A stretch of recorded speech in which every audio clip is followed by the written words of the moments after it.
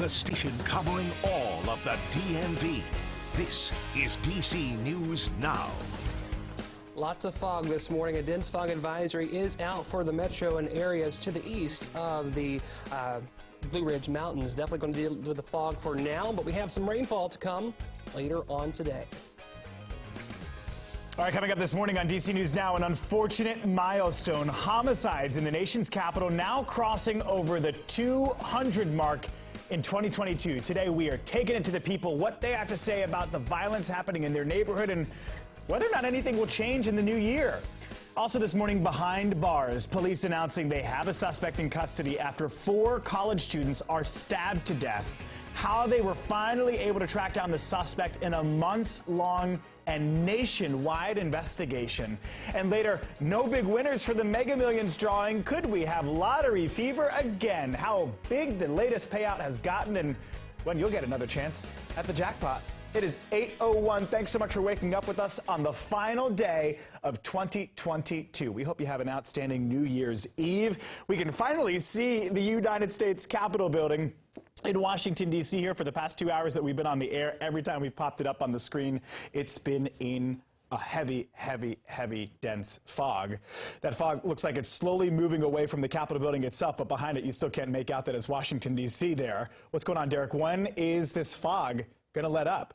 Well, we do have a dense fog advisory out across the district until 10 a.m. this morning. This includes areas of Frederick County, Maryland, into Montgomery County, D.C. Metro, all the way down into southern Maryland as well. Even portions of northern Virginia along the I-95 corridor, I-66, up until you hit the Blue Ridge Mountains. Things are very foggy this morning, so be careful as you head out and about down to around a quarter mile in some locations. Definitely very dangerous to be out on the roadways this morning. We're looking at temperatures into the 40s and 50s for the most part, but we have a nice little 30 back in Cumberland, nice and cool there this morning, 37 for them. Rest of us very unseasonably warm across the DMV. We're looking at temperatures nearly 25 degrees warmer in Culpeper this morning comparatively to where we were yesterday morning. It's about 15 degrees warmer here in D.C. Definitely some warm temperatures heading our way as we head into the work week. We're talking mid-60s. I have more details about that coming up. All right, that is Derek Bowen there. Thanks so much, Derek. Breaking news out of the Vatican this morning. Former Pope Benedict XVI has died. The 95-year-old pontiff led the Catholic Church for about 8 years and in 2013 became the first pope in almost 600 years to resign. Earlier this week, Pope Francis asked for prayers for his predecessor after revealing the former pope's health had rapidly declined. We are now learning that starting on Monday, the former pope's remains will be on public display right there at St. Peter's Basilica. Well, another famous death before the new year is out. Barbara Walters has passed away at 93 years old. The veteran journalist was known as a trailblazer for women in the industry. Her decades-long career included being a host on The View, which she also co-created and executive produced. Walters was inducted into the TV Hall of Fame back in 1989, and in 2000, she received a Lifetime Achievement Award for the National Academy of Television Arts and Sciences. May they both rest in peace. Developing now, the investigation into a wild crash near the White House. This happened yesterday. A driver hit 2 women, killing one of them, and we've learned that this all started as an attempted traffic stop. Secret Service noticed that the suspect's tags did not match his car. As those Secret Service officers approached the car, the man drove off really fast. One witness telling DC News Now they believe the car could have been going more than 50 miles per hour when it drove away. Investigators say the man driving the car went through a red light, hit another car, and then hit 2 people crossing 14th Street right in front of the White House. In my mind, they had to be traveling greater than 50 miles an hour. I mean, they went to the intersection, At this point right now, there'll be a multitude of charges. We are actually working in consultation with the United States Attorney's Office. The driver is under arrest, but we're working in consultation with them right now to get all of the charges.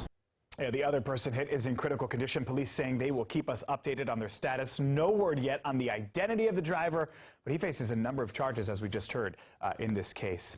Turning now to a deadly year in the district. That grim milestone we first reported at the top of the show. Over 200 people murdered in the nation's capital this past year. 2022 now one of the deadliest for D.C. in the past 2 decades. Our Dave Laval talks to neighbors who say they are frustrated by and afraid of this trend. The homicide that took place in the alley behind me early Friday morning is the 201st around the district this year. 2022 is the second straight year the number of homicides has topped 200.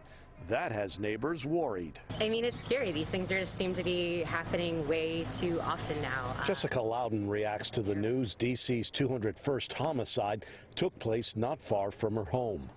Police responded to the alley between University Place and 15th Street Northwest early Friday morning. They found the body of 21-year-old Jonathan Guzman Hernandez of Upper Marlboro, Maryland. He had been shot to death. Police said they're looking for two Hispanic males dressed in all black and armed with a handgun. And I mean, it just seems so arbitrary. It's, you know, the middle of the afternoon, late at night. There's no rhyme or reason to any of it.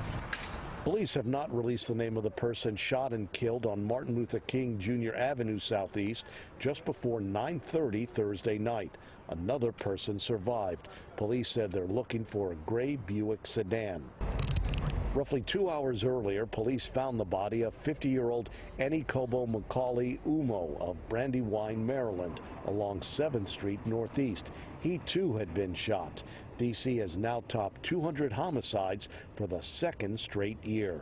It's scary because it's so close to home. Jackie did not want to give her last name or have her face shown. She also lives near where Hernandez died. It makes me worried because I don't know if there's any, like my family members are walking down the street or any of my neighbors are walking down the street, anything happened to them. They probably didn't do anything, but they may be caught in the mix. Police told us 171 homicides this year involved a gun, 15 fewer from a year ago, which saw the district with the second highest number of homicides since 2003. Make me think about leaving the city, even though I love this neighborhood so much. Police are offering a reward of up to $50,000 for information leading to the arrest and conviction of the person responsible for each homicide. In Northwest, Dave Laval, DC News Now.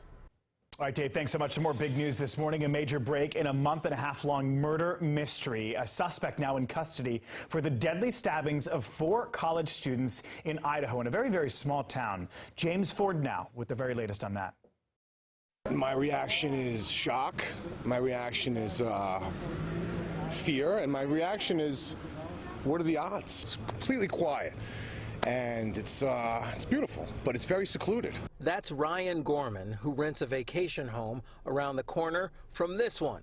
It's where suspect Brian Koberger is listed as living and where, on Friday, it was a busy crime scene. This morning when I went out for just for a little walk, I noticed that there were helicopters everywhere flying around. It happened here in the gated community of Indian Mountain Lake, 2,500 miles from Moscow, Idaho. It was there on November 13th that 4 people in their early 20s, Kaylee Gonsalves, Madison Mogan, Xana Kernodle, and Ethan Chapin, were all fatally stabbed in the home that the young women were renting. Chapin was staying the night with Kernodle, his girlfriend. The 4 were students at the University of Idaho. It's in Moscow, Idaho, on the border of Washington state. Investigators say that it was apparently from Pullman, Washington, 6 miles away, that Brian Koberger went to Moscow, Idaho, and fatally stabbed the 4 victims. Koberger is 28 and was a grad student in criminology at Washington State University in Pullman. We are still looking for all pieces of evidence, but we are still looking for the weapon.